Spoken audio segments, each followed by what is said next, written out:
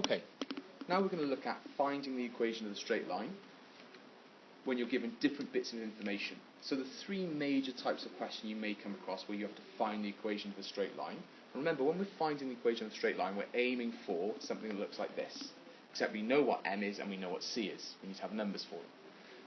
The first type is the easiest. It's where the question says, find the equation of the straight line, and it gives you a gradient, and it gives you the y-intercept.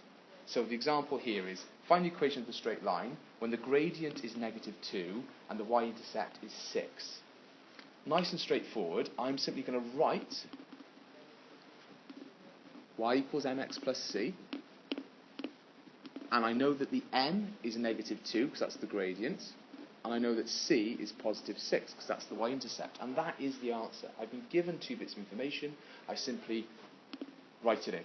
Nice and straightforward. You're unlikely to get too many of those.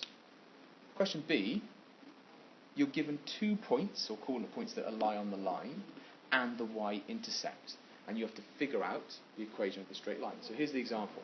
The points 2, -3, and 4, 1 lie on the line, and it has a y-intercept of -2. What is the equation?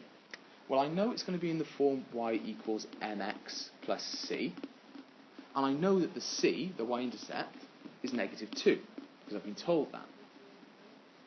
So it's going to look something like this. The only issue I've got, what is n?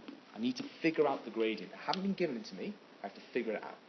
Now I can do that because I have 2 coordinate points. Now remember from class, there are 2 ways of doing this. The gradient is equal to y2 minus y1 over x2 minus x1.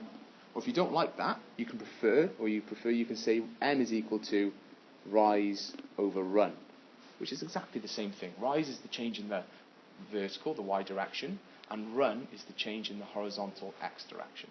But if you prefer to think about it as rise over run, that's not a problem. So let's do it, let's work it out. I'm going to do the rise over run method for those who struggle with this. The rise, that is the change in the y direction. Now be very careful, the y direction refer to the y elements of the coordinates. So don't look at the x part, it's the y part, which is the second number in each coordinate. So I started at -3 and I ended up at 1.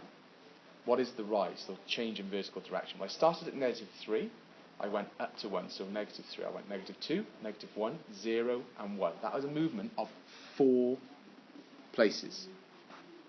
So that's my rise. Let's look at the run. That is the change in the x direction.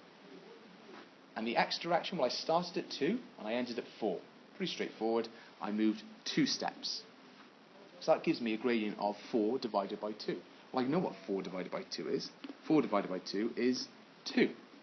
So I've just worked out, using my 2 coordinate points, what the gradient is, which means I know what my answer is going to be. The equation of the straight line will be y equals m, I've just worked it out, is 2, so it's 2x. And remember, I already knew what the y-intercept was. I wrote it at the beginning to remind myself. It said it in the question.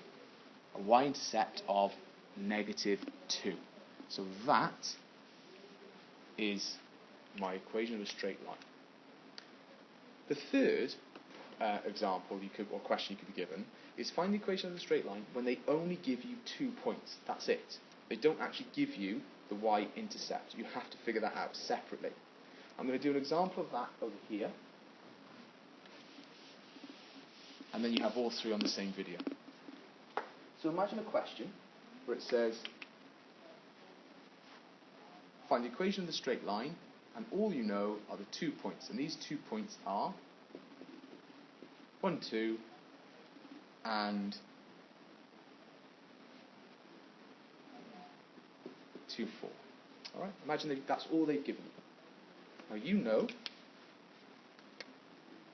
that your answer is going to be in the form y equals mx plus c, except this time I don't know what m is and I don't know what c is.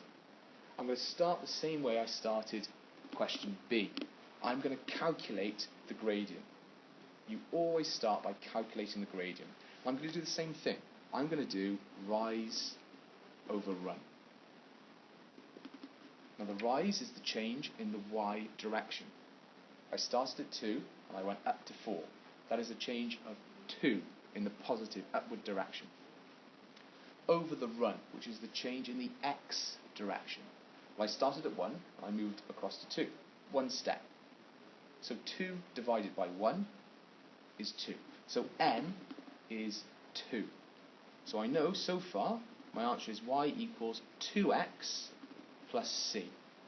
I've worked out the gradient. Excellent. I'm still missing c. Now this is the next bit of information, the next step that you'd have to use to find the final answer. You substitute a coordinate point in. And by that, I mean into this, the thing that I've just written down.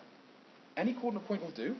Preferably go for the easier of the two, the one with the nicer numbers. I mean, these are both pretty decent numbers. There's no negatives there or anything. But I'm just going to go for this one because it's got a 1 in it. So it's going to be slightly easier. So, now, when I rewrite this line, y equals 2x plus c, instead of y and x, I'm going to write in the coordinate.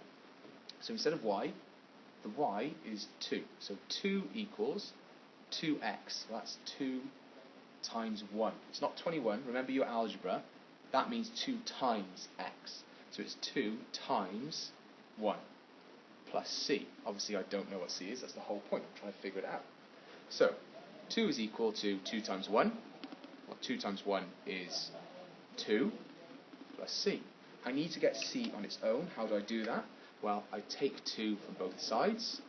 So that'll go. 2 take away 2. Oh, that's 0, isn't it? So c equals 0.